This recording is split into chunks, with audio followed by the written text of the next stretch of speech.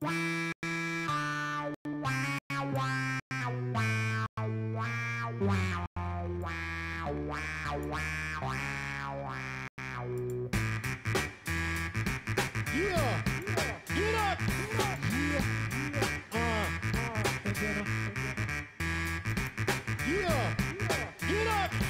everybody, welcome to another edition of At the Whistle. I'm Andrew Garda, and of course you're listening to the show on the I-95 Sports and Entertainment Network, i95sports.net, and the brand spanking new I-95 Sports and Entertainment video streaming on Stage 10 TV. And of course you can always catch the show on Podbean, iTunes, and Stitcher. I'm Andrew Garda, and got a lot to talk about today. You know, I keep saying, hey, this is kind of the doldrums, right? There's not as much sports going on. There's certainly not as much local sports going on. And, you know, that kind of leaves us talking about baseball, and it feels like at this point, only one team is really talking about. But we've got a lot of stuff going on. You know, we've actually had a relatively busy week. But let's start with the New York Sports Scoreboard, of course, as we always do. And let's start things off with the Yanks. New York Yankees take the first two games against the Seattle Mariners over the last couple days, 7-2, 7-5. Hopefully they can win tonight, 7-something, because I like that. I'd like to see that go. Last night proved what, you know, the Yankees, when it comes to them, no matter what is going on, no matter what your lead is, you're just not safe. This is a team, they're down 5-0 heading into the bottom of the fifth, right? And then the Yankees rack up 2 runs off an Aaron Judge single, which scored Andrew Garda and Hicks, who scored on an error during that. And then Didi Gregorius drives Clint Frazier in. Wrong Frazier. The Mets got the wrong Frazier. Breaking news. With a sac fly in the 7th. And Gary Sanchez, a guy who has struggled to hit regularly during the season so far. I mean, he gets a 2-run homer to tie it in the 8th. And then, who shows up? But Giancarlo Stanton. And I tried to find the home run call. The Giancarlo, non si può, whatever the hell it is. Oh, it's the worst. So bad. Try to find that call for you. But Giancarlo Stanton, a guy who has struggled again regularly. Right? So a guy who has struggled to hit regularly hits an absolute laser. Just blasts it in the ninth, a 2-run walk-off home run. Ball game Yankees. I mean, this is how they do. This is the Yankees. By the way, did you know, and this is courtesy of the Yes Network, that the Yankees are the only team in Major League Baseball to have more than 3 players who have 14-plus home runs. And of course, those players would be Aaron Judge, who has 18 home runs, Giancarlo Stanton, who, as bad as he has hit for much of the year, has 18 as well. Gary Sanchez, who has 14, again, a guy who's struggled to hit the ball, period. 14 home runs. Gleyber Torres, 14, and Didi Gregorius, who is, for some reason, my favorite Yankee, with 14 as well. They'll finish out the Seattle series Thursday night, 7-10. You got Severino versus Paxton. I really do feel like this is a pretty clean sweep for the Yankees team. They just need to kind of go and take it, to be absolutely honest. Across the city, we have our New York Mets, and we've talked many times about how difficult this team is right now. I mean, we're trying, right? We're trying to back this team, but they just made it so tough. So after a great 12-2 win to start the series against the Rockies, the Mets remembered that they were the Mets and gagged the next 2 games, losing both games 10-8, being outscored 20-16 in that stretch. I'd love to pin that loss on Gesellman, who allowed who led 3 runs in 2 innings. But Seth Lugo didn't look very good. He allowed 6 himself.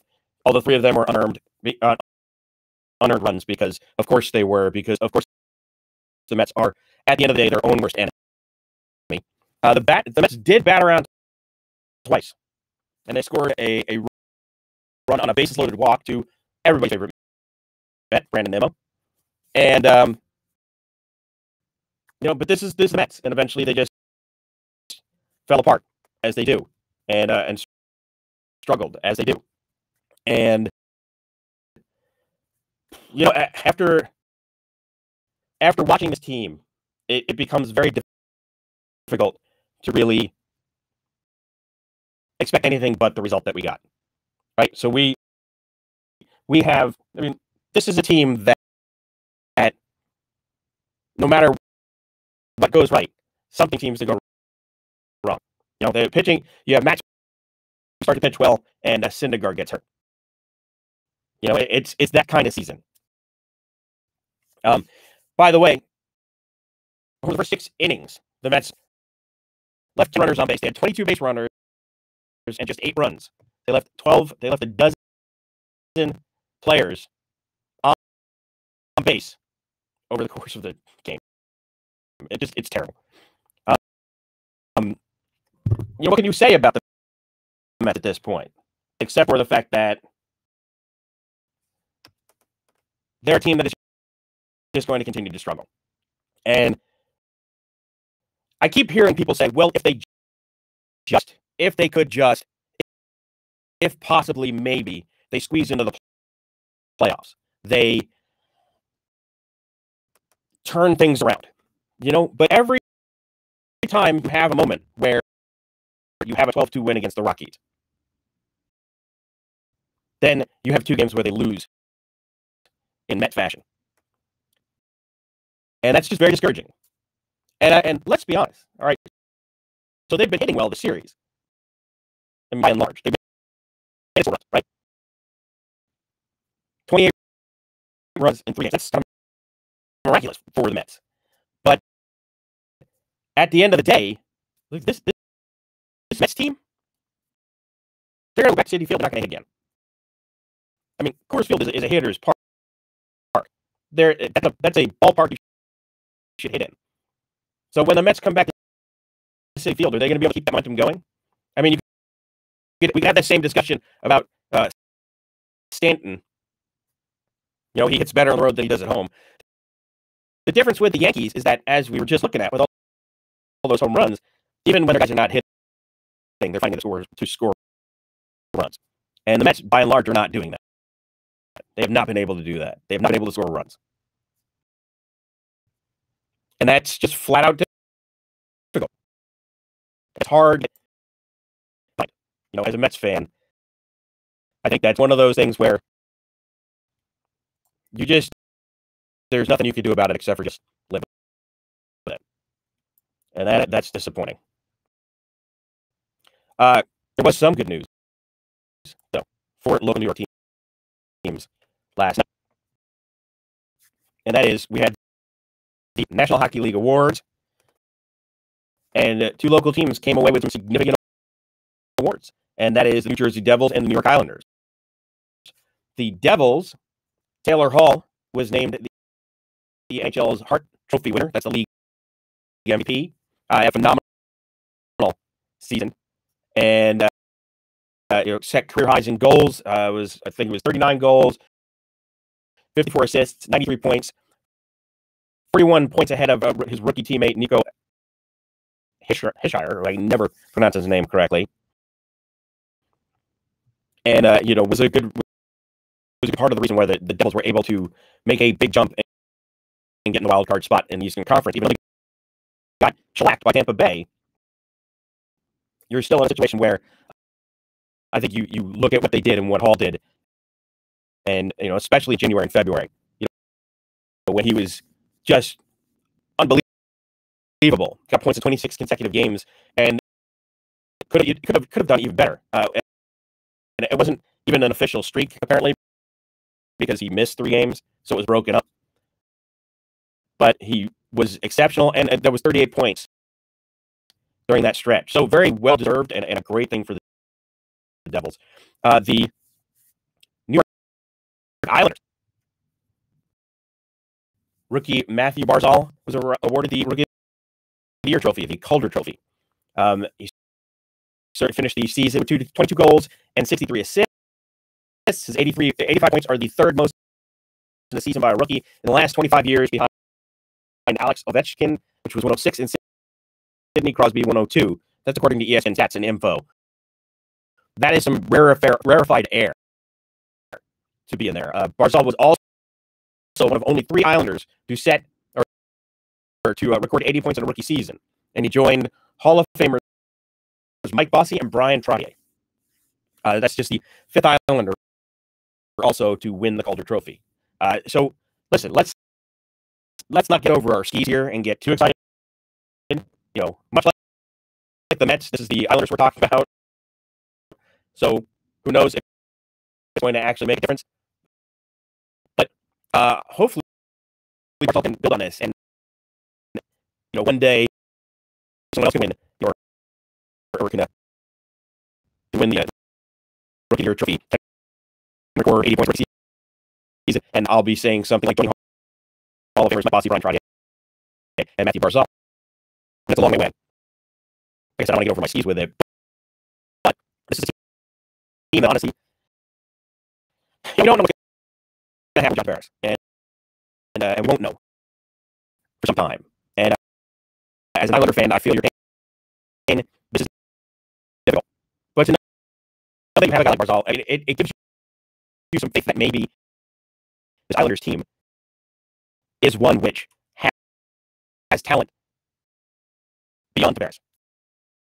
And whereas I really do think the Islanders do everything they can to keep Tavares in-house, when it comes down to it, if they can't, they have some talent there.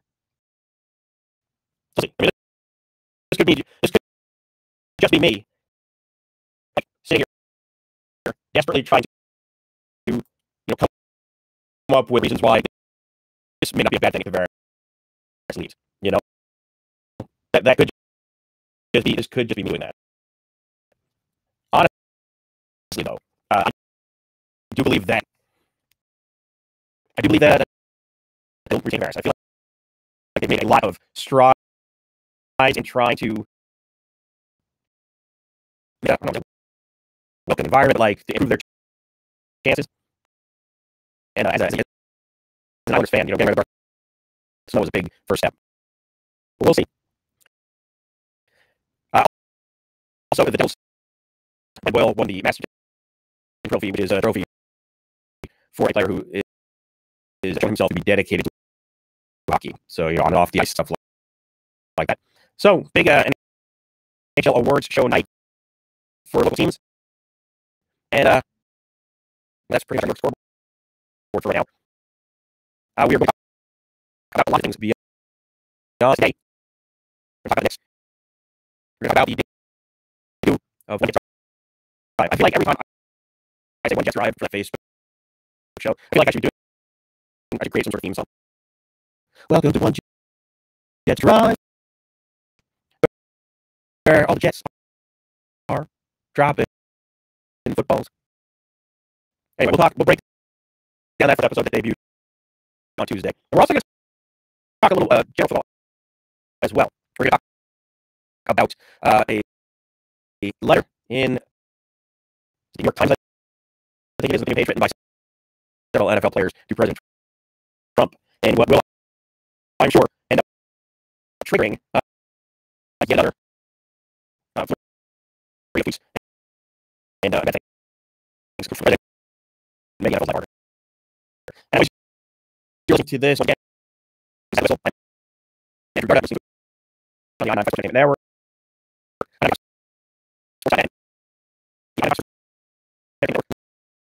Live feed. And we always have the podcast and the opportunity on podcast. Subscribe to that so that you can straight to your So let's talk New York Knicks. It is a big night for the New York Knicks. And no, Knicks feel much like the Mets, which is how to find us up. But we have a lot of various other options that the Knicks have. And so we will logo for those who watch live feed in there. Let's talk some rumors around. The players are still players that are worth going after for the Knicks. The good thing about this is he's finally able to get the stench of Phil Jackson and his disastrous tenure as the Knicks, whatever the hell he ended up being. Like, I understand he had a job title, but other than like Loki, bringer of chaos fixer, I don't really know what his actual title should be. But I digress.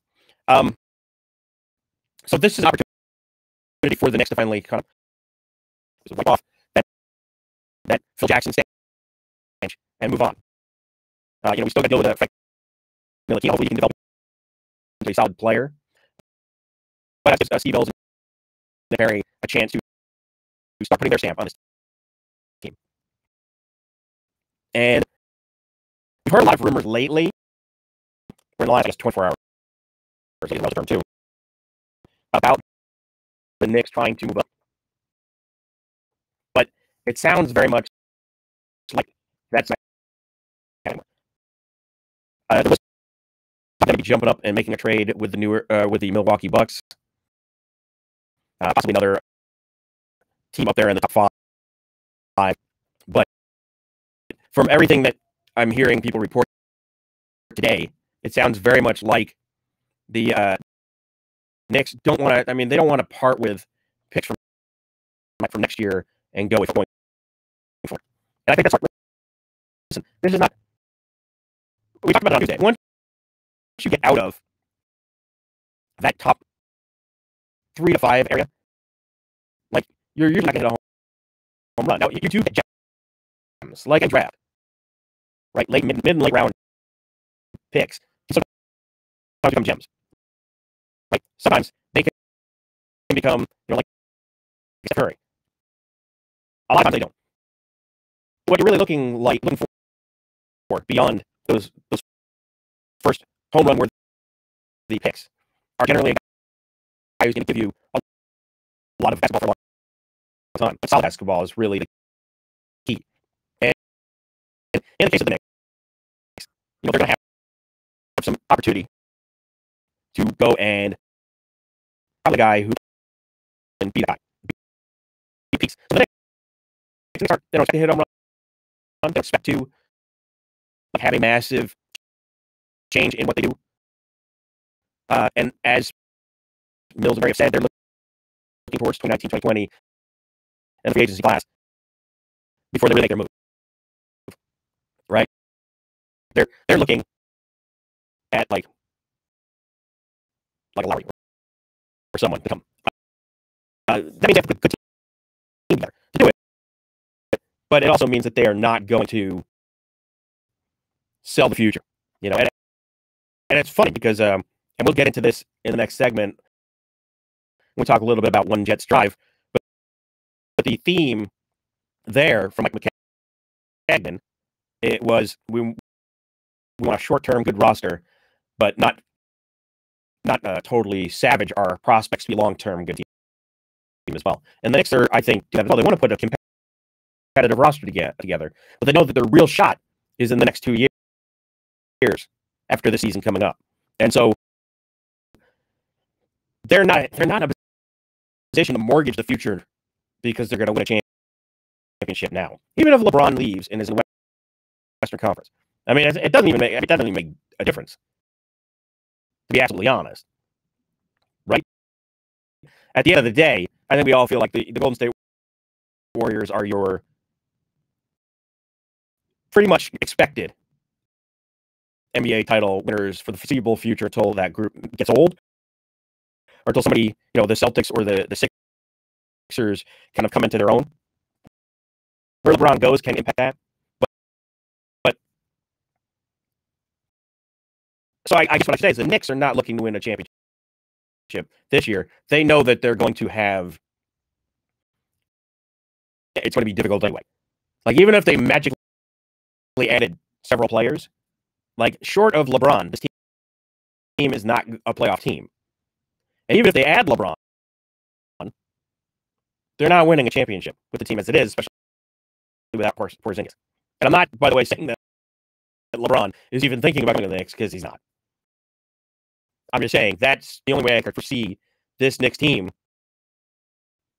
really being a force to be reckoned with anytime soon. As if LeBron came, but he didn't, and he's not going to. But so if you're the Knicks, you're not really looking to worry about a championship this year. I mean, you're not at all, and I don't even think you're really worried about in the playoffs. I think you would like to, but going in as an 8 seed, there's a chance you're going to get bounced right away. So it's not a high priority. What you are worried about is starting to build a team that is attractive to free agents. So in 2019 and 2020, when you're able to send some real significant free agents there that they want to come to New York, and we've talked many times before since we relaunched the show that New York is not the attraction that people think it is. Like the Garden, all that is all well and good, but the team is not good enough to attract free agents. So to me, I think it's hard to see them move up. If they did, I wouldn't freak out. But by the same token, I don't really feel like this is a team that needs to move up. Right? This is not a team to me that is so close that at the end of the day, they one big player, one of the best players in this draft isn't going to move the needle that much, especially not this coming year. Pardon me while I hydrate. Excuse me. Those of you listening to the audio won't see this, but those of you who watch, I can see my gallon container of water, which like high school sports around here in New Jersey, that's how people recognize it, is the gallon water container. And if I don't have it, people ask about it. And if you're not watching the video, which you're going to be able to start being able to do as well, it's going to get canned, and you can watch it at a later date. But if you're not watching it right now, you don't really care. But anyway, back to the Knicks. Rumor has it that Perry Mills really loves Mikal Bridges out of Illinois. We talked about him on Tuesday. And the one pushback that I've seen about Bridges is that it's a safe pick and it's kind of boring. Like, it's not terribly exciting. It's not a bad pick. It's a good pick. It's in many ways the right pick if he's there. But it's not exciting. It's not sexy. Right? I have been hearing a lot about Trae Young. And if he's there, if it's down to him and Bridges, it sounds like, despite the fact that Perry and Mills really do like Bridges quite a bit, that Young could be the pick. Of course, the question is whether or not Young's going to be there at that 9th pick. And I feel that that's unlikely. But as we illustrated a lot on Tuesday, as we talked about quite often, I love the NBA. I enjoy watching basketball. I know basketball pretty well, but the NBA draft is not my gig. So Young could be dropping as we speak, and we have no idea. I have no idea. But one name that I have heard a bunch about in the last 24 hours is Michael Porter Jr. Now, part of the reason that Porter Jr.'s stock has dropped has been because he had a back injury last season. And from what I've read, if he had come out last year, he would have been like a top 3 pick. And if he'd been totally healthy this year, there's a chance he'd have been a top 3 pick this year. So it sounds like, when I read up on Porter, that his upside is tremendous. This is a guy who can perform, can play basketball at a high level. But there are concerns about he's going to rebound from his, and I didn't mean that as a pun, but bounce back, also not a pun, from his back injury. And it's going to be a lingering issue over time. Now, from what I've heard, it sounds like teams are not worried about it. But to me, something's got to be going on them not hearing his name as a high pick. Like, so either medical's concerned with more teams than they're letting on, or like something about his game they don't like now. I'm not 100% sure. And listen, I only address this via my experience in the NFL draft, where sometimes scouts and teams and media will pick players apart, and a guy who should go high doesn't go high. And often those guys become value guys later. Sometimes those guys had the concerns were exactly what they were. Like sometimes concern that a scout or someone has, that concern is well earned. But by the same token, there are a lot of times when scouts, players, media, like, well, either the scouts and teams are lying to media. That's why we call it lying season in the NFL draft. Or the scouts teams are wrong. Like, there have been times when they dislike someone and we've also been like, why? Something else must be going on, and then a guy gets drafted and he performs. Now, in the NBA draft, in my opinion, it's probably in some ways the same thing. Now, we talked about Tuesday about how it's not as big a deal. The draft in general is not a production, and we talked a little bit about why that is. And if you want to hear the discussion in depth, you can go to Podbean, iTunes, and Stitcher and download. But I'm not going to rehash it here. But what I will say is that I would guess that some of the same as the NFL media has in terms of hearing things that are untrue because someone has an agenda are the same as NBA or NHL or Major League Baseball. It's just the NFL's on a grander stage. With the NBA, I do suspect that to an extent, they could be quietly building a Michael Jr. consensus, and he may go higher than people expect. But I have heard a couple things that say that the Knicks are interested in Porter, and I think if he's healthy, I think everything around about his game to me says that this kid can play ball. So if he's healthy, then you're fine with his medicals. To me, I just think that you don't worry about it and you pick him and you go aside. Of course, the Knicks are in a position, in my opinion, because they are trying to build everything at this point that they really can't screw up these picks. Like first and second round picks here, and once you get out of, like I said, once you get out of the top five, it's a little more questionable. Once you get out of the first round, you just don't know what you're going to get. They're just hoping to hit some, not looking to hit gold, not even looking to strike diamonds, looking for real solid cubes or chrome. Like you're not looking for a home run, you're looking for a pretty solid double. You're looking for help.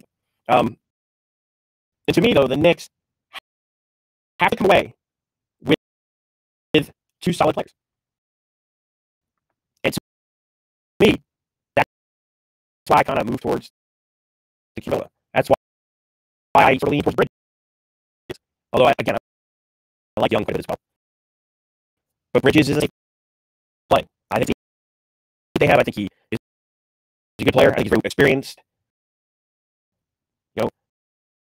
Former coach, teammates, they all speak highly of him. So I think he's your guy, unless you fall in love with someone else. But we'll find out just as we're recording this live. It's 11:30 right now on the East Coast, so we're 7-8 hours away, something like that. So we'll get our answers soon enough. Now, I talked a little bit about how the Knicks are simultaneously trying to find a way to put a competitive roster together without Porzingis.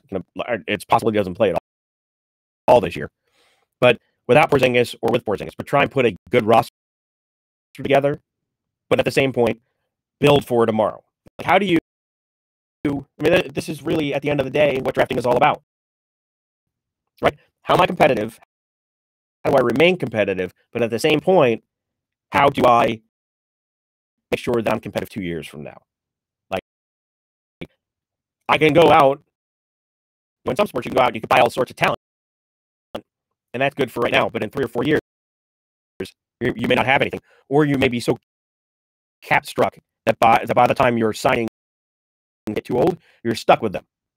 Especially in the NBA, while the cap situation is beneficial to teams in some respects, the players, like their money kind of rules the roost. So a bad contract, and the Knicks have a couple, can screw you up. But that's in the NBA and the NFL, where players instantaneously go into, 90% of the time, into the pros and are playing, maybe not a significant amount, but playing, have an opportunity to play, especially higher picks, immediately, unlike the NHL and Major League Baseball, where you can very well end up in the minors forever.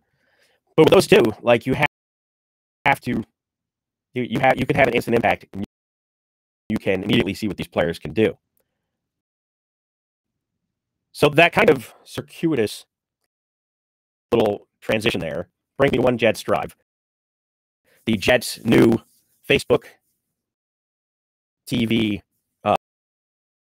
internet show, which is essentially a behind-the-scenes look.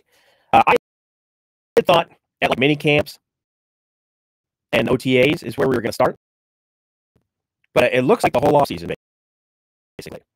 And if I have one criticism, it's enjoyable. It's enjoyable because you get to see guys like Leonard Williams, Jamal Adams, Marcus May. You get to hear from them, and you get to meet them a little bit more. It was also interesting, by the way, to see, especially Adams, as he was making media rounds this offseason, where you see him talking to 98.7, you see him talking to the fan, and even 10-10 wins, which I thought was the most random spot for him. I know they do some sports, but it was just really random. But you get to know these players a little bit more. But the problem is, so this first episode, which was called Building Blocks, I had a logo for the One Jets Drive that I was going to drop in the video feed, and I totally forgot. Oh my God. So now I gotta get rid of that nixing. This is all behind the scenes stuff. You guys don't care. But anyway, yeah. So One Jets Drive. And what we have is an episode that actually takes place prior to the NFL draft. And it's not that it's an odd choice. It's like, I get it, but it feels stale. And I was a little disappointed because this is all crap we know. Like, your very first episode of stuff that we know. Like, you're trying to build tension. There's no tension, right? Part of this episode is talking about Kirk Cousins and the pursuit of Kirk Cousins. We know how that turned out. The Jets didn't get Cousins. Like, there's no tension there. Now we got to look at the draft. Who are they going to get? Next episode is who are they going to get? And then drafting Sam Darnold. So we know how all that stuff works out. And I mean, to me, that was, they're like 10, 12-minute episodes, right? So that was like 4 minutes, maybe, talking about Cousins, and then the moving on from Cousins, and now what? That stuff to me felt really stale, and that was disappointing because on top of it, you only got the Vegas amount of insight. Again, you have a 10-minute show. Unless that 10 minutes is going to be talking about in depth with Mike McCagnon and Todd Bowles. If this is how the whole Kirk Cousins thing played out. This is what we did. This is what worked. This is what didn't work. Like, unless you're doing that, it's not that interesting. It's all stuff we already know. So recapping, even briefly, the 2018 NFL offseason, like for the Jets, it doesn't make any sense. Like there's nothing there. And even though it's a documentary, you still, as a documentary maker, and here I'm going to, for those of you who don't know me and don't know my background, I worked in Hollywood for like a decade and was around Hollywood as an aspiring screenwriter before that. So I've been around productions, and I know a lot of people in the industry. And even with documentaries, you want to have a certain amount of tension. It's how you keep people coming back interested, right? So to me, Let's Drive first episode was a hit and a miss. But the miss was spending half the episode on the fact that we didn't get cousins, and that then we had to come up with some secondary plan. And by the way, yeah, we weren't great last season. What I did like, what was really cool, and what this whole series should be, and this is why stuff like this works when it does work. This is why the Browns are back on a behind the scenes look. The path of the training camp and all that they're doing again this year. We got to start learning a little bit about who guys like Leonard Williams and Jamal Adams are as individuals. So there's a little segment where we go see Jamal Williams' house and talk to him a little bit. They talk to him a little bit about what he's expecting from the season, what last season was like, and what his role is, and all that.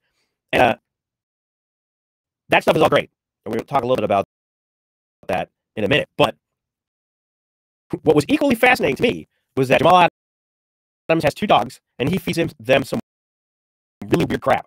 Like, he had bowls pre-set up, by the way. Now, that may be smart because he's out practicing all day, so he's got to be able to come home and immediately give the dogs food, so whatever. But, like, it's a combination of, like raw eggs, rice, ground up turkey, liver. Like, it's wacky. Like,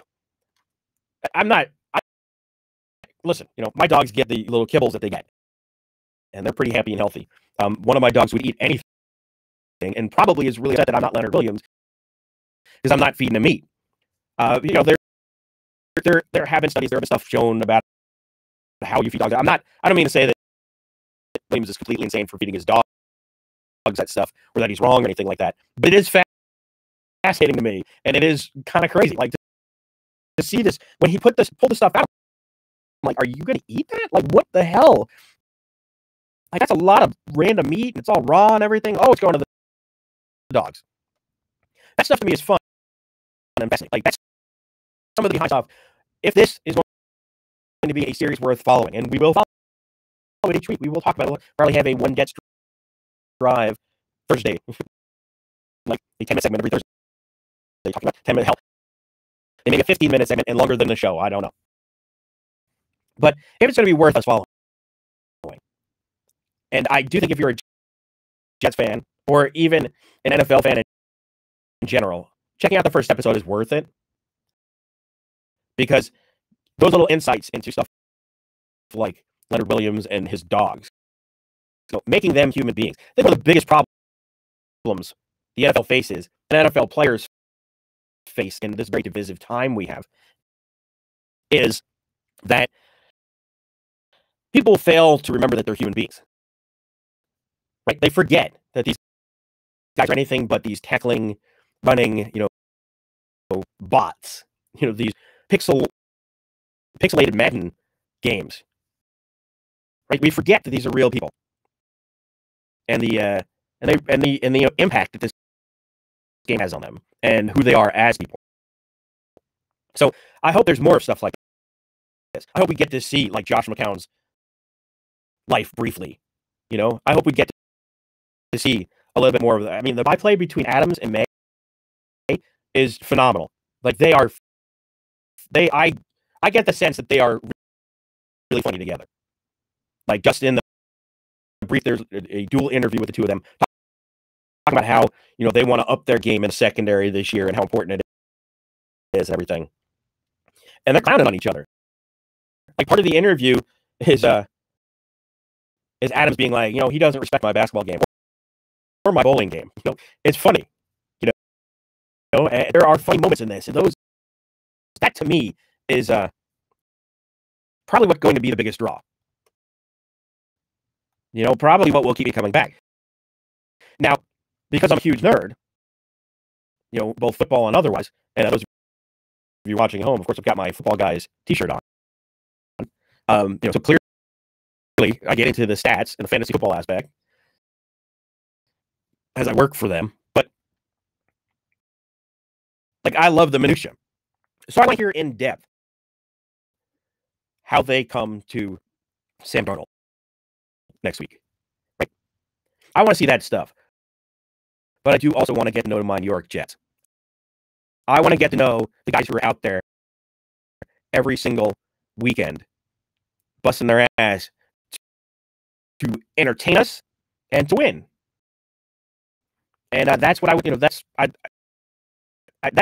if this was my series, if I were the producer here, my take on what they should be would be a combination of sort of minutia, inside information, a look behind the curtain. This is what we do with Sam Darnold. This is what's going on in OTAs, like all that stuff. But also these are your Jets. This is Sam Darnold when he's not strapped up and playing. Right?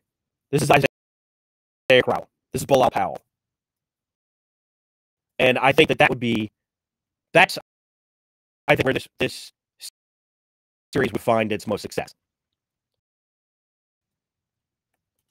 Yeah, recapping part of the offseason, that didn't move the needle for me.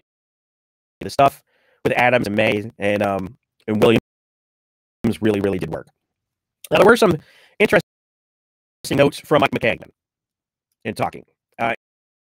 He talked about, despite the fact that it was a very disappointing season last year, that they are happy with the chemistry of the team. They do feel like the team showed that it can handle adversity and that it was, that it could win. And he did again, like I was talking about when I brought up when we were talking about the Knicks. His goal is to have a competitive team, but also set up his team for success 2-3 years down the road. So, not necessarily make moves that are going to 100% be dedicated to winning right this second, but try and add pieces that will help you win now while also helping you win in a couple of years. It's the difference between selling out totally to get a bunch of aging veterans for one last shot. So, and the other side of it is, complete rebuild. Like what Cleveland has tried for 3 or 4 years unsuccessfully. So I feel like he's trying to get in the middle there, and I think that is good. Some notes from Leonard Williams. Williams is talking very much about being, a guy who is now, well, not one of the oldest people on a team, an experienced veteran, and needing to take on more leadership role. Again, he feeds his dogs like raw turkey, eggs, and liver. Hopefully, the dogs like it, I guess. And he and Adams definitely feel that this locker room has grown close. And Williams talked about that a little bit. And here's the thing. The Jets, and we will, I'm sure, talk about this more with the Giants as time goes on. We have talked about, on Tuesday, I talked about how much I like Saquon Barkley and how I feel like he could be a leader for this team that they really need on the offensive side of the ball. Defensively, you listen to Jamal Adams and Leonard Williams talk, and from a leadership standpoint, I feel like both of them had their head on straight, and they're in a great position to help the Jets out. Like both of them, not only feel that they're team leaders, they want to be team leaders, and they're saying the right things you want to have a team leader say, heading into what could be another rough season. So I really liked hearing that in the same way that I liked hearing about what Saquon Barkley had to say on Tuesday. And I also like the fact that it sounds very much like May and Adams, May and Adams are on the same page. Like, they had a lot of success last year, and as we talked about before, they need to continue to have that success if this Jets team is to be competitive this year. At the end of the day, this Jets team is in a position where they need all the help they can get from defense. And, just based on what little we see in this episode, it sounds at least like from a leadership standpoint, a talent standpoint, with Williams, with Adams, and May, that this team on one side of the ball feels like it's in the right place, at least in its head. So we'll see if that translates to the field. So I guess if I'm giving you my one Jets drive rating, Garda rating for today, I would give it 1 out of 2 thumbs up. I enjoyed it, but the old information, just didn't move it for me. Like I said, we know we don't get Cousins. We're aware of that. Thanks. So hopefully next week, when they have a more draft-centric episode, even though that's stale, maybe we'll get to know Darnold a little more, as well as some of the draft picks, which the next on the further episodes or this season of One Jets Drive. Like, it did seem like we got to know some of the other rookies. I do hope that they don't drag the offseason stuff too much. Like, I hope they jump ahead quickly, like to OTAs and whatnot. I hope we don't spend like 2 episodes on the draft, or that would be a bit of a bummer. So let's head into the last segment, and we're going to want the, discussion to a little more macro, as some players wrote an opinion column, and former NFL players, I should say, wrote an opinion column in the New York Times. Doug Baldwin, Seattle Seahawks wide receiver, Anquan Boldin, former wide receiver, Malcolm Jenkins, and Benjamin Watson wrote an article that says, President Trump, here's whom you should pardon. Now, those of you who may be trying to tune us out, I apologize in advance, but it's news. And at the end of the day, like, some of you, this is well covered, well trod over, which is why it's at the end of the show and won't be more than 10 minutes. But, Trump, after the players, after he went back and forth with the players, and I think it was after he canceled the Philadelphia Eagles trip, has basically said, hey, give me a list of people you think I should pardon. People that things I should be doing. Like, instead of protesting, give me the names of people that you think are unfairly treated by the justice system. And so, in response to that, Baldwin, Bolden, Jenkins, and Watson wrote an attempt piece that was essentially like, hey, pardons are great, and we appreciate you releasing Alice Johnson, the woman that one of the Kardashians went in and got her sentence commuted. She is 63, and she was serving a life sentence for nonviolent drug conviction. And there are a lot of people in prison who are like that, and aging people in prison who are like that. I forget what the statistics are, and they may be in the article. Okay. So 185,000 people locked up in federal prisons, 79,000, give or take, are there for drug offenses, and about 13.5% of them, according to the article, have sentences of 20 years or more. And there is also a systemic problem in federal prison involving the elderly, who by next year will make up 28% of the federal prison population. From 2013 to 2017, Bureau of Prisons approved only 6% of roughly 5,400 compassionate release applications. 266 of the people who had been there for convicted nonviolent fraud or drug offenses tested. What the opinion piece basically is like, we appreciate that you're willing to pardon people. We appreciate that you are willing to listen, you say, but what we're talking about isn't like pardoning even 50 to 100 people does not move the needle on the systemic racism and problems we have in our society. I thought it was very well written, and I agree with an awful lot of it. But what and there have been many players. Chris Long is one of them. Several other players who have come out in support of this. But I bring it up because this is a continued problem and going to be a continued problem that the NFL has to face. And we've talked about it before. The whole, well, you could be in the locker room, but or you could be on the field, or the wishy-washy, try and walk the middle distance that the NFL did with their anthem policy is just going to continue to bite them in the ass. And this is going to be part of it now. Because you and I don't care what side of the aisle you're on, we all know that President Trump is going to come back at something with this. Like, he may be tweeting now, like, this is just how he rolls. Especially if he disagrees with anything they have in the article. There's a fairly good chance.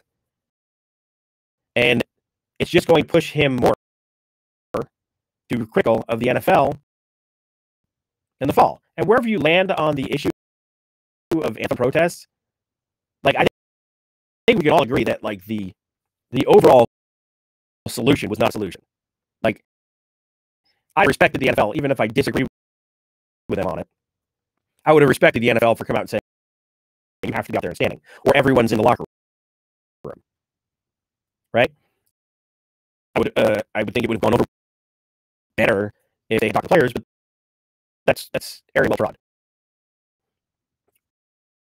They didn't have a solution. They didn't make a solution.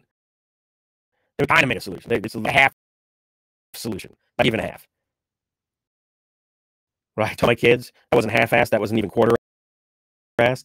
Like, that's what that solution, quote, was.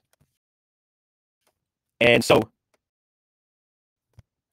I don't think that this issue can ever really go away for a lot of reasons, not the least of which is that even if the NFL came out and said you all have to stand for the anthem, or none of you can be out on the field, or any number of other solutions, at the end of the day, they can't stop players, especially retired players, from going out and writing op-eds or doing other stuff. Any more than they can stop them, I don't know, wouldn't, but any more than they can stop them from doing charitable things of any stripe, which many players do. So this is a problem, and this will continue to be a problem. I hope it's the last we really talk about it until preseason, when so many kneels and all hell breaks loose. But I kind of suspect it won't be. I kind of suspect that at some point, this is all going to kind of come back and bite us all in the butt, and we're going to end up having to talk about it. And listen, regardless of how you feel about it, I kind of think at this point we're all feeling a little exhausted by it. Because so much of the back and forth is people yelling at past each other. Not yelling at each other, they're yelling at each other. They keep talking past each other. Right? We don't listen to each other anymore. We talk past each other. We have our points of view, and nothing ever really changed. And I think, we look at things like this op-ed and what I imagine President's reaction will be to it, and even the Trump incident, whatever you want to call it, around the White House visit and all that. And you look at that, and that's two sides talking past each other. And at some point, I think we need to start listening to each other a little bit more. But that's, just my second opinion. So be interesting to see. Hopefully, maybe this one will slide by. Maybe the president will be more occupied with other more important matters and doesn't respond. And listen, I don't know that he would listen to them, but I would like to see more players go and talk to the president.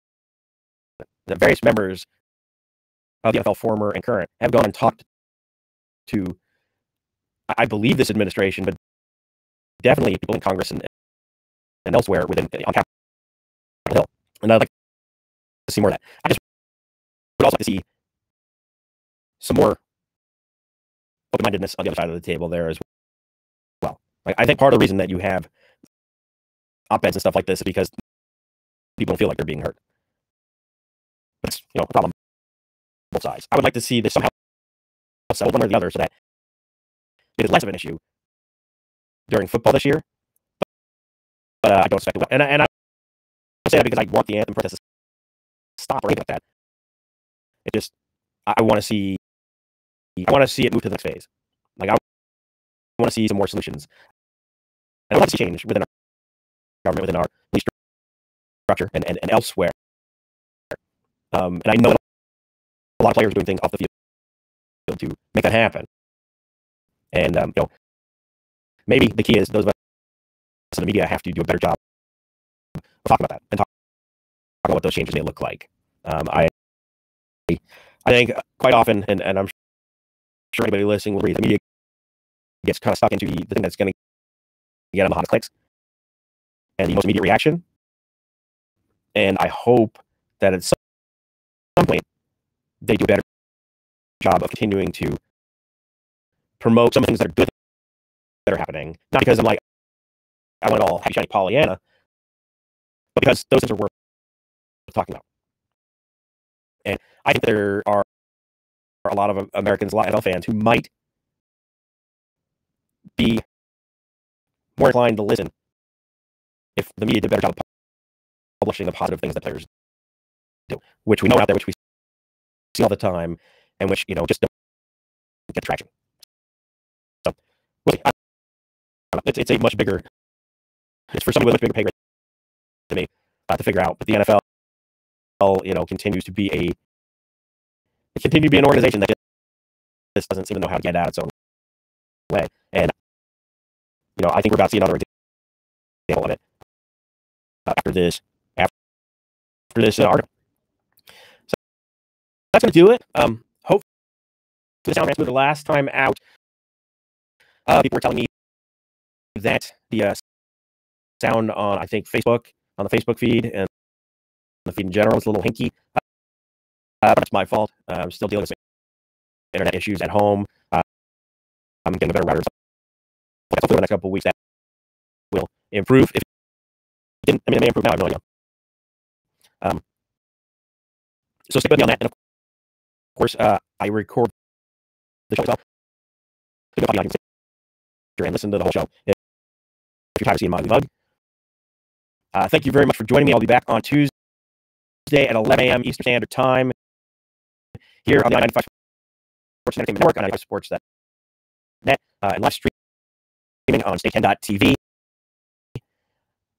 This has been At the Whistle. I'm Andrew Garda, and I am signing out. Have yourselves a fantastic weekend, and thank you very much for joining me.